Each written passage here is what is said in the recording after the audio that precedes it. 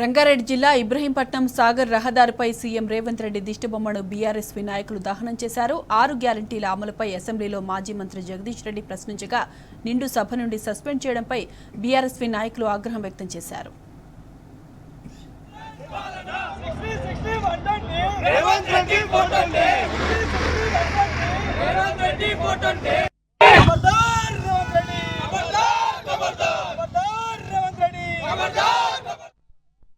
గౌరవ మాజీ మంత్రులు జగదీశ్వర్ రెడ్డి గారిని శాసన సభాపక్ష నేత బడ్జెట్ సమావేశాల్లో నుంచి సస్పెండ్ చేయడం చాలా విడ్డూరకరం.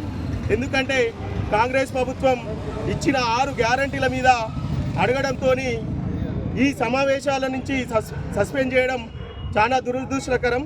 దానికి ఇబ్రాహీంపట్నంలో మంచిరెడ్డి కిషన్ రెడ్డి ఆదేశాల మేరకు, అదేవిధంగా బంటన్న గారి పిలుపు మేరకు ఈరోజు సీఎం రేవంత్ రెడ్డి దిష్టిబొమ్మ దహనం చేయడం జరిగింది.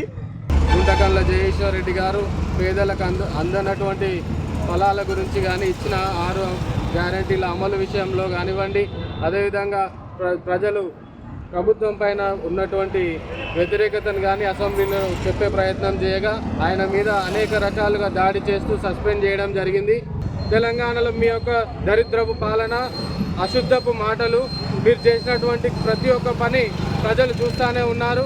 కాబట్టి మీరు దయచేసి ఇట్లాంటి పనులు మానుకోవాలి. మానుకోని పక్షంలో ఈరోజు ఏదైతే జరుగుతున్నాయో ఇట్లాంటి ధర్నాలు కానివ్వండి, బంధులు కానివ్వండి, పేద ప్రజల పక్షాన కొట్లాడడానికి బీఆర్ఎస్ పార్టీ, కేసీఆర్ గారు, మంచిరెడ్డి కిషన్ రెడ్డి గారు, ప్రశాంత్ కుమార్ రెడ్డి గారు ఎట్లయితే ముందున్నారో వారి వెంట మేమంతా ఉంటామని ఈ సందర్భంగా తెలియజేస్తూ, రేవంత్ రెడ్డి గారు ఇప్పటికైనా సిగ్గు తెచ్చుకోవాలని మీకు సూచిస్తూ, రేవంత్ రెడ్డి గారు మీకు పాలన చేతగాక మరి ప్రశ్నించే గొంతులను ఇలా సస్పెండ్ చేయడము, ఇలా అరెస్టులకు గురి చేయడము, ఇది నీ చేతగానితనానికి నిదర్శనమని తెలియజేస్తా ఉన్నా. 6 గ్యారంటీలు అమలు చేయలేక, 420 హామీలు అమలు చేయలేక నీ చేతగానితనాన్ని మేము ప్రజలు గమనిస్తూ ఉన్నారు. 6 గ్యారంటీలు అమలు చేస్తానని మరి మోసపూరితటువంటి మాయమాటలు చెప్పి ఈరోజు గద్దెనెక్కినావు.